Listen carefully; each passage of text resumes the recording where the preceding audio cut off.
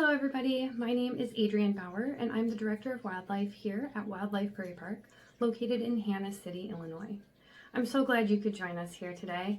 We're going to go over an amazing program today that's all about our senses and animals' senses and how they're similar and how they're different. We're also going to learn about how these animals use their senses in their environment and see if it's similar to how we use our senses every day. So let's start by talking about our senses. There are 5 senses. We have our sense of touch, our sense of taste, our sense of smell, our sense of sight, and our sense of hearing. And these senses help our brain and our body understand the world around us. And so animals are going to use their senses in the same way. They're going to need to sense the world around them. Where is their food? Where's their water? Where can they find shelter? And is there a predator nearby? If there's a predator nearby, where can they go to hide? These are all things that animals are looking for all the time.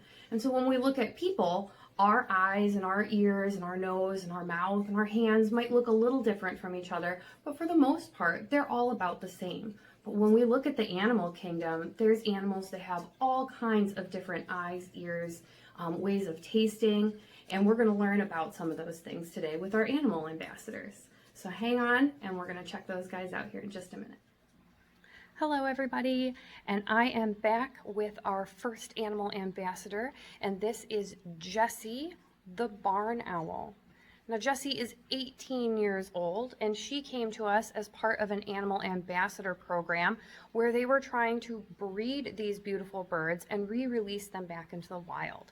And that's because Jessie is actually an endangered species here in Illinois, and that means that there's not very many of them around anymore. And so unfortunately for Jessie, her parents were just so good at hatching eggs that they hatched her in November. Now that's a little too cold to put baby birds outside. And so instead of releasing her into the wild, her and her siblings joined an ambassador species program, and that's how she joins us here today. So Jessie has been with us for her whole 18 years, and we're so glad to have her. She is getting a little bit older, so she does have some vision issues. And so this is why Jessie would typically be a really good animal for us to talk about with vision. But today we're going to talk about Jessie and her hearing. And she's going to be a really great animal ambassador species because even though she has super amazing hearing already, it's gotten even a little bit better over the years as Jessie's vision has started to fail on her. So before we start talking about what Jessie's ears look like, let's take a look at our ears. So your ear has an outer part and an inner part. And the outer part of our ear is collecting the sound around us and pulling it into our inner ear so that our brain can then help us understand what we're hearing around us, how far away it is or how close it is, and what might be making that sound. Now our ears are also straight across from each other on our head, and they're about the same shape and they're about the same size. Now let's take a look at Jessie's ears and how they're a little bit different than ours. So as you can see, Jessie does not have an ear on each side of her body. But she does. They're just hidden under all these lovely soft feathers that she has here. So Jessie does have an ear on the left and right side of her head. The difference though is there is no outer ear, so they're under all these beautiful soft feathers. One is a little bit higher than the other one, so they're not straight across on her head. They're a little bit off-centered. And they're also different shapes. So this is to help Jessie be able to hear from further distances away. By having one ear a little bit lower and one ear a little bit higher, she's able to hear sounds from all around her and take them in a little bit differently and be able to judge how far away things are a little bit better than we can hear. Now, since she doesn't have that outer ear, she has to have some way of hearing. Yes.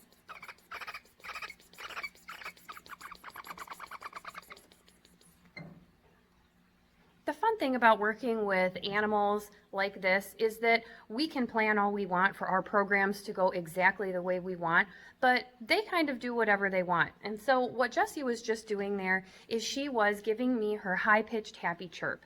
that is a really great way for us to communicate with Jessie and know she's in a good mood and she's excited about teaching today. She also did a little dance for you there where she kind of smacked me in the face with her wing. And that's normal for Jessie. It doesn't hurt.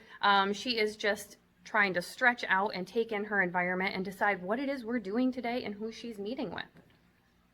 So this is a little bit different for Jessie when we do these virtual programs. She's not actually able to see the people out in the classroom like she would typically see. And so it takes her a minute to understand that what she's hearing is people, even though she can't really see them.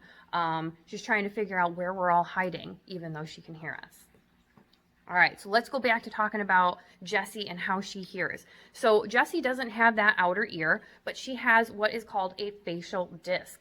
And this facial disc is actually doing what our outer ear does. It's collecting sound for her, pulling it into her ear and allowing her to hear. Now, Jessie's hearing is so amazing that she can actually hear a mouse a football field away under up to 6 inches of snow. So imagine when we have people here in the classroom and we take her out to classrooms to meet people, how loud our voices and all of our heartbeats must sound to her if she can be so sensitive to hear a mouse from that far away under the snow. So one of our rules here in the classroom is that we always make sure we keep our voices nice and low for her. But Jessie has to have hearing that sensitive so that she can find her food out in the wild. One of the other things that she has adapted is she has almost silent flight. She's demonstrating that for us right now. Did you hear anything when Jessie was just flapping her wings? You might have heard a little bit of the breeze coming off of her wings, but she doesn't really make much sound. Let's do that again. Everybody be nice and quiet and let's listen and see if we can hear her fly. Not much sound, huh? So let's take one more look at Jessie here and all of her amazing features. So again, she has that really beautiful facial disc, and she does have ears on both sides of her head, but she is hiding them under all of those very soft feathers. And she has the nearly silent flight, so that when Jessie goes to fly for her food, it's quiet and she's not being distracted by the sound of her own wings flapping, and she can still hear that mouse and its heartbeat from a distance away. Okay, so I put Jessie back down on the table so that we can practice something with our hearing. So I've got something that I'm going to make a sound with, and I want to see if everybody can guess what it is. So close your eyes nice and tight and just listen really carefully, and let's practice with our hearing and see if you can guess what this sound is. Ready?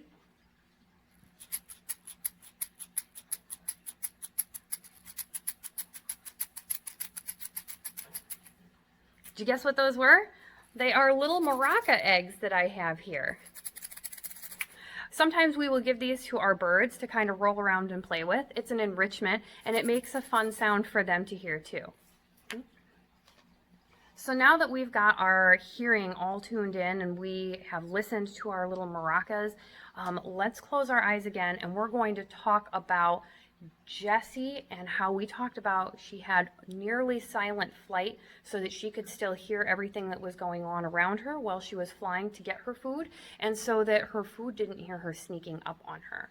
So I have 2 feathers here. One is from a turkey vulture and one is from our barn owl, Jessie. So if you close your eyes, let's do our feather test and listen really close. Here's the turkey vulture feather. Pretty loud, isn't it? And that's because turkey vultures eat carrion, and that's things that have already died. And so they don't need to sneak up on their food because nobody's going to hear them sneaking up. So they can make as much noise as they want when they're out hunting. Now let's close our eyes and listen to Jessie's feather and see what we hear. Did you hear anything? I didn't. I heard a little bit of the breeze, but that's about it.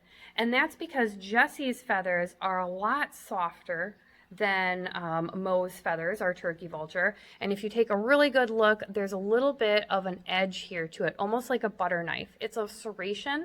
It allows the air to kind of get in under her feathers and let a lot of air flow in there so that she's nice and light and her feathers aren't making as much noise.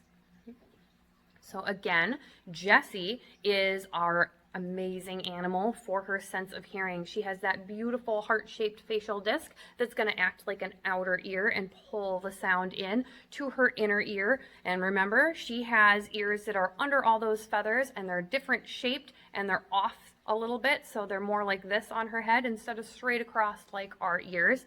But those again are her adaptations to allow her to adapt to her environment and hear such a teeny tiny prey animal really far away, giving her an amazing opportunity to hunt those animals and have them not know that she's even seen or heard that they are there. Hi! So I have our second animal ambassador that we're going to talk about here today, and her name is Allie the Barn Owl. Now Allie here is 16 years old, and Allie comes to us because she is what's known as an imprint.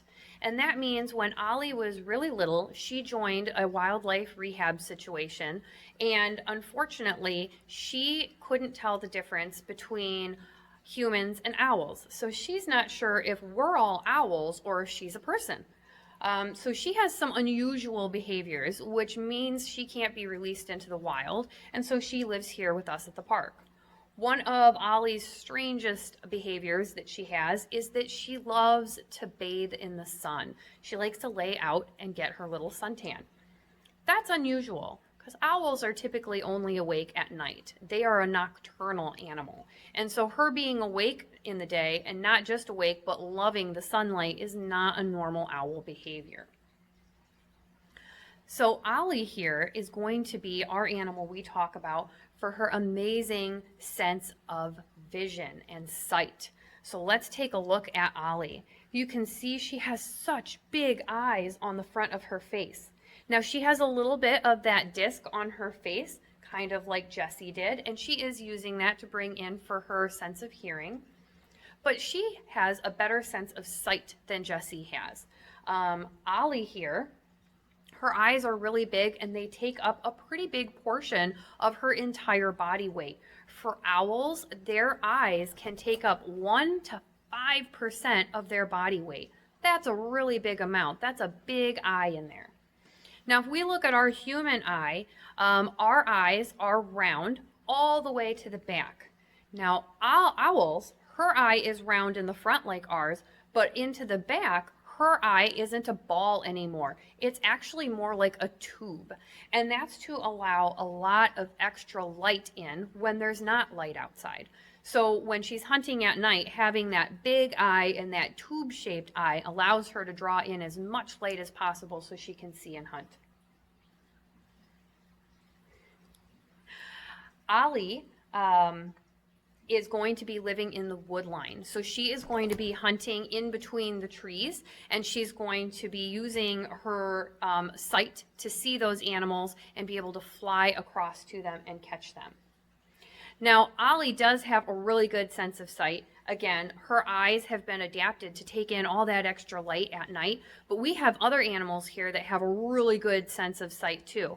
We have a red-tailed hawk, and she is not quite ready to be held on a glove like Allie here, but we're going to go take a look at her real quick, and we're going to talk about some of the things that she has adapted and how far away she can see. All right, everybody. Well, that's all we have for you here today. Thank you again so much for joining us. We're so glad that you could be here with us, and I hope that you found this just as fun and exciting as we did.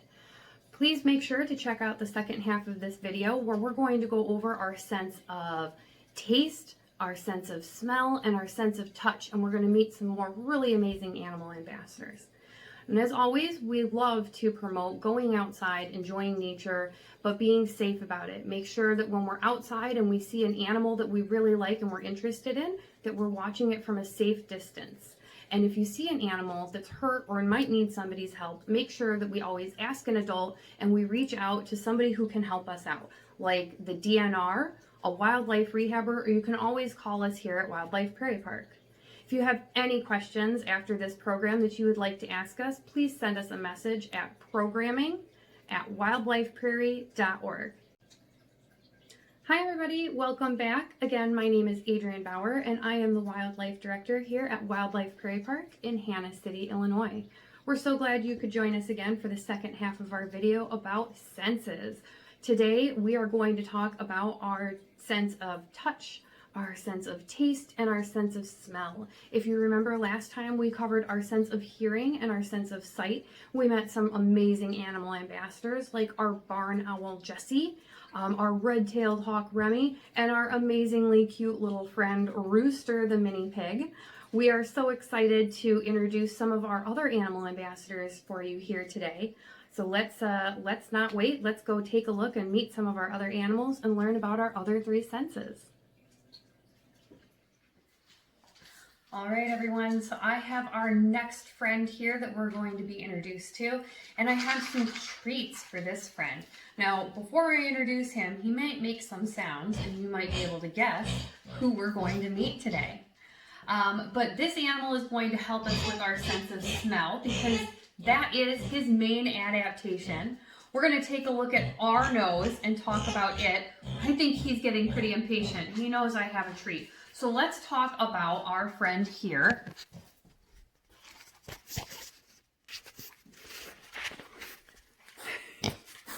You're not going to allow this, are you?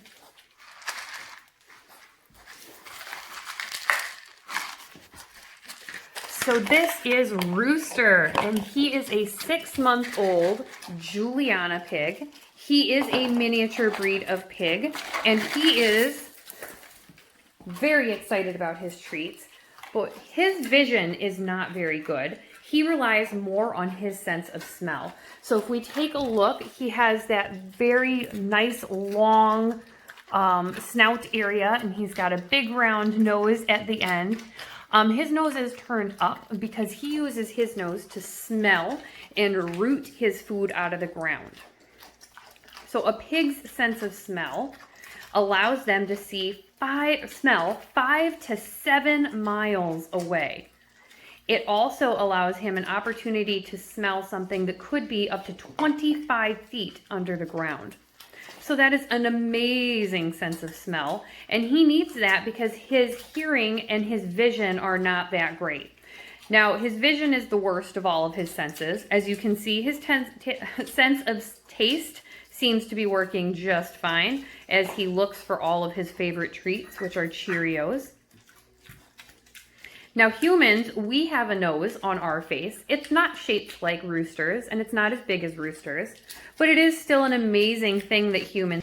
Some studies have shown that a human can smell up to 1 trillion different smells with our nose, and some humans are able to successfully track a scent all the way across the football field. So we may not have a nose that looks like a pig, but we still have a pretty good sense of smell as humans. So that is an amazing adaptation that both humans and animals can have. And even though they're a little bit different, they both have their unique qualities that help us in our environment and with what we do every day. All right, so I have our animal ambassador, Mo the turkey vulture, here with me. And I'm hoping that she's going to be a little bit more patient as we talk about our sense of smell. Now, we met Rooster, our Juliana miniature pig, already, but he was just so excited about the food that he really wasn't interested in showing us his nose or holding still when we talked about it. So we are going to take a look at Mo. Now, a human nose is in the center of our face, and we have 2 nostrils, and when we breathe in through it, we take in oxygen and we take in all kinds of little molecules out in the environment that allow us to determine what smell might be around us. And like we talked about, the human nose is amazing. We can smell up to 1 trillion different smells, and that is just so many things. Now for birds, most birds don't have a sense of smell at all. Now Mo here is a little bit unique for the bird world. She has the best sense of smell of all birds in their group, and she can smell things almost a mile away. Now her nose looks a little bit different than ours because she has a beak that she also has on the front of her face. So if we get a little bit closer here, you can see that right above Mo's beak is a hole. It goes straight through her face. You can see right through it. But that is Mo's nose. So she is sniffing the air for food, and her type of food is called carrion. And carrion is things in the environment that have already died that she is going to eat. I know it's kind of gross, but Mo is kind of like the cleanup crew in our environment. So if something like a raccoon gets hit by a car and it's on the side of the road, it gets kind of gross and it gets kind of stinky. And to have an animal like Mo in our environment, she's going to smell that animal as she's out flying around and catching some sun. She's going to know that that's food. She'll come down, she'll eat it, she'll clean it all up. And then we don't have to worry about that smell in our environment. And we don't have to worry about whatever bacteria as that animal breaks down is going to put back into the environment either. So having her sense of smell, she is helping us out by cleaning everything up and being able to tell where that food is up to a mile away. So let's take another look, if she'll let us, at that beautiful nose that Mo has there. Again, it's very unique to the bird world. Not very many birds can smell at all, and she has one of the best senses of smell of all birds.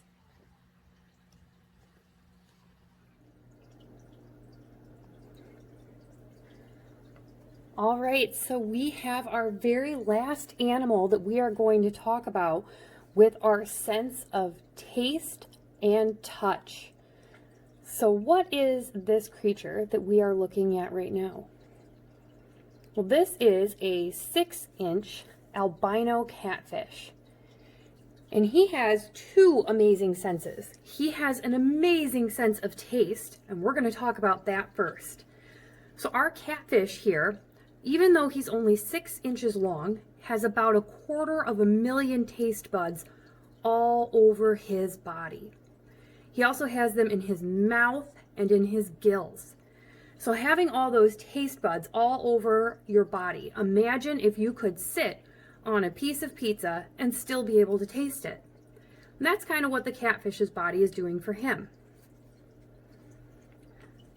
Catfish will dig into the mud, and they're going to look for insects and larvae, and they're going to use a system that is for electronic senses.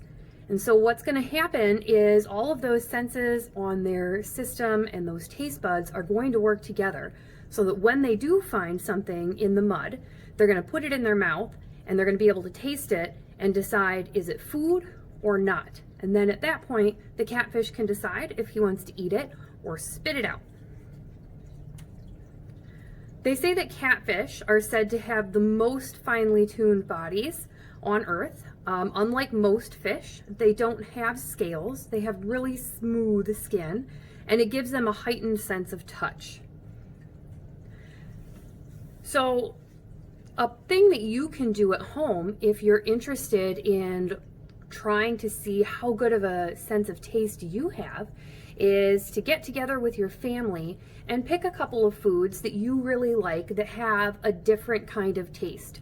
So maybe you want to get something that's really sweet, something that's really salty, something that's kind of tart or sour, and put them all out and then try the different varieties of things that you can taste and see what things you like and what things you don't like.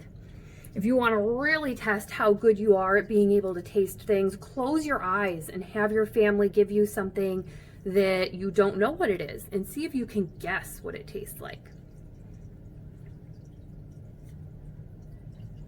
So one animal that we want to talk about with a really good sense of touch, other than just our catfish here, is an animal that unfortunately we just don't have here at Wildlife Prairie Park. And that is a manatee. And manatees can feel things without even touching them.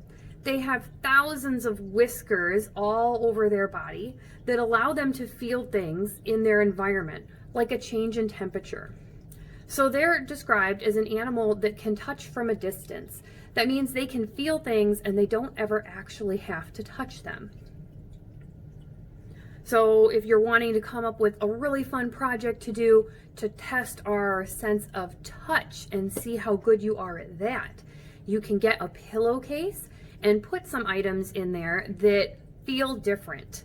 something maybe that's kind of pokey, something that's really smooth, maybe even something that's a little sticky but might not make a big mess.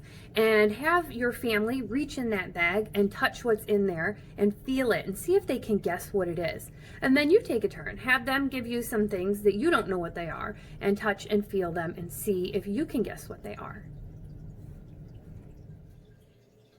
All right, everybody. Well, that's all we have for you here this time. Thank you again so much for joining us for this program all about our senses. We hope you enjoyed the information that we had and meeting our amazing animal ambassadors. If you ever have an opportunity to join us here at Wildlife Prairie Park in person, we would love to have you. Make sure you say hi if you see anybody that you saw in the video today. We would love to meet everybody that gets a chance to watch our virtual classrooms. Again, thank you, and if you have any questions, please make sure that you email them to programming@wildlifeprairie.org. Bye!